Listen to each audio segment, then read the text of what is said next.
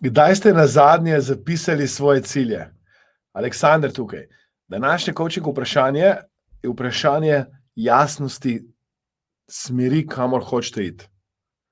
Če zapišete svoje cilje, če jih jasno in odločno na glas poveste, so ti cilji veliko bolj jasni, so ti cilji veliko bolj močno zapisani v vaše nezavedno, kot če samo razmišljate o njih.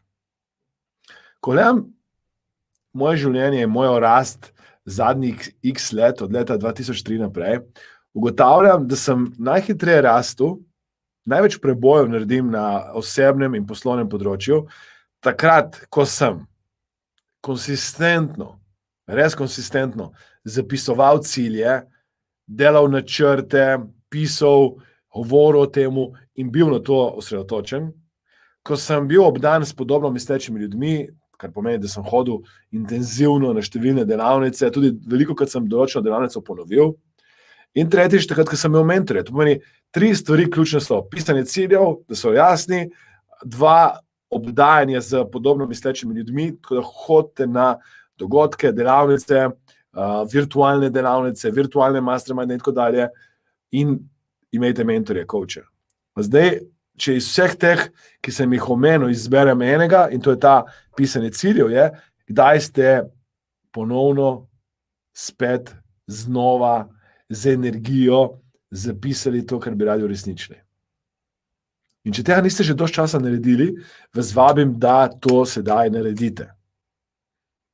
Vaše nezavedno, vaš notranji svet deluje po principu ponavljanja. Če hočete, da dobite nekaj ven, rabite dati nekaj najprej noter. Če hočete, da se boste premikali hitreje proti ciljem, proti sanjam, mora vaše nezavedno imeti te cilje jasne, mora imeti te cilje odločno zapisane v notranji svet, in proces zapisovanja vzbudi ne samo vizualno, kar boste zapisali, tudi prebrali, ne samo auditivno, če boste zraven to na glas povedali, tudi kinestetično, gibalno funkcijo programiranja uma. In tisti, ki se ukvarjate z tehnikami NLP-ja, hipnoze, coachinga v izobraževalnem procesu, v šolstvu, to je zelo močna veja, ki nenehno raste, zato ker opažajo učitelji in tudi šole, da je to vrstni način izobraževanja za uporabo teh tehnik bistveno bolj učinkovit, bolj uspešen. Tisti, ki poznate te tehnike, veste, da je boljši, bolj učinkovito učenje, poučevanje, takrat, ko uporabimo ne samo vizualno, ne samo auditivno, temveč tudi kinestetično dimenzijo poučevanja. In danes so nekateri otroci, ki so že v samem štartu kinestetični.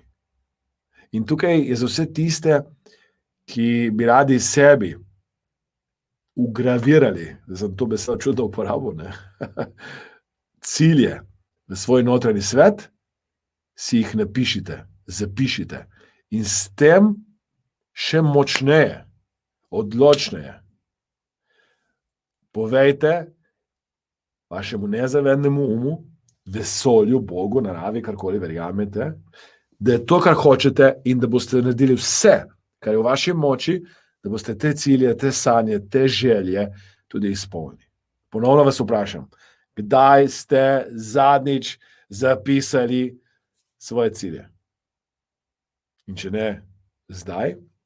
Kdaj? Seveda, sam proces pisanja ciljev, sam proces obdajanja z uspešnimi, podobno mislečimi ljudmi, sam proces, da imate mentorja, coacha, nekoga, ne nadomesti akcije. Še vedno bo treba, če boste hoteli pokositi travo, to če boste napisali, da boste travo pokosili, je bo treba pokositi. Treba iti v akcijo.